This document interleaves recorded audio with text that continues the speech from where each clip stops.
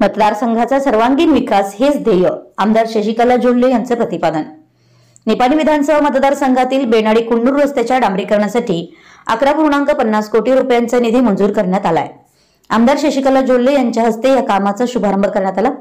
यावेळी पूजन, श्रीफळ वाढवणे आणि कुदळ मारून कामाची सुरुवात करण्यात आली।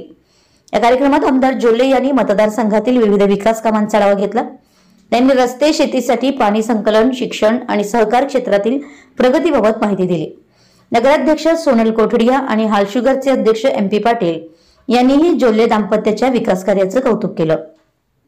कार्यक्रमाला ग्रामपंचायत अध्यक्ष सत्यापा हजारे, उपनगराध्यक्ष संतोष सांगावकर, हालशुगरचे संचालक अविनाश पाटील, प्रकाश शिंदे, समित सासने, रावसाहेब फराळे, श्रीकांत बने, मिथुन पाटील, किरण निकाळे, शहर भाजपा अध्यक्ष सूरज खबरे, प्रशांत केस्ती, अक्षय जयकर, राजू भदरगडे, अशोक क्षीरसागर, पांडुरंग पाटील, राजश्री पाटील, ज्योती कोळी, राजेश कोठडिया, विजय टक्के, MY हवालदार यांच्यासह नागरिक आणि महिलांची मोठ्या संख्येने